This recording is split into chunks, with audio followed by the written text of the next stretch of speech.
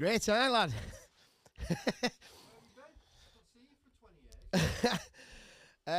Where have I been? Well, I left England in 2007. Sold my house in Little Lever, just round the corner from here. And I went on an adventure because I lost my parents and I wanted to repay them by showing the world through my eyes. Yeah. And have you discovered everything that you'd hoped to find? Well, I wasn't satisfied just staying in one place the whole time, so I wanted to learn about language and I wanted to learn about culture. I was really interested in reading books about countries, but you don't really pick up the true value of a country and its richness just by looking at pictures and text. You got to go there and get the smells and the dangers and get yourself in loads of trouble. And yeah, I guess I've got quite a rich mindset and a very open-minded perspective about the way the world works, and it's done me well. So I went to America first for 3 months, and then I went to Mexico, and then all the way through Central America. Spent a year and a half in South America, and then did the Caribbean, and then Canada. And at that point, that was almost 1,000 days that I was traveling. And as much as I really loved being unplugged from the matrix and being a nomad, it gets to you. It starts having psychological effects. You know, changing countries, changing culture, changing friends, changing currency, changing languages. It uproots you a little bit. So I had a sliding doors moment where I should have gone back to South America to see a girl that I fell in love with. But my flight got cancelled, and I ended up getting a flight to Vietnam by accident because it was cheap. And the reason I went to Vietnam, I just discovered Anthony Bourdain's show, No Reservations. And he was doing something similar to me, traveling the world and trying food and doing a blog. And the first episode I ever saw of Anthony Bourdain was him in Vietnam. And I had Vietnam in my head.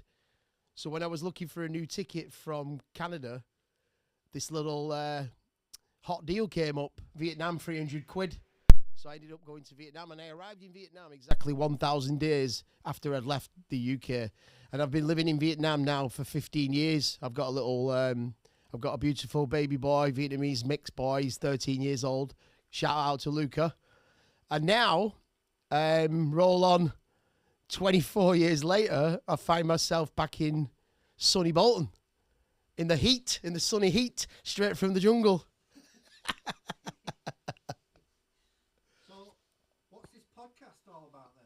So, I set up a podcast over a year ago on Spotify because during COVID I was locked down and I was really like a little annoyed that I wasn't using my time productively. And then I got into listening to podcasts. And at the beginning, like everything, anytime you set out to do something, you always think, I couldn't do that. I don't know how to use the equipment. I don't know how to edit. I don't know how to record. Have I got the right personality? Is anybody going to listen to me? And I just, I had to borrow about $500 off a mate to get a show mic just like this. And so all I had at the beginning was a microphone and a laptop.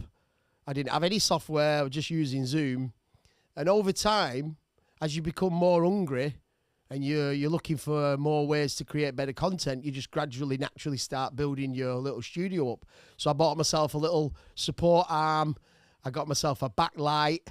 I got myself a little Focusrite sound box to, make better sound. And then moved into the 27-inch monitor with 4K, which we call gives you more real estate. So that makes your editing more clearer. So I basically had a home studio with good sound. I got myself a green screen. Luckily for me, I want to give a shout out to Rob Lomax. He's done all my artwork for my podcast, which is called Made to Think.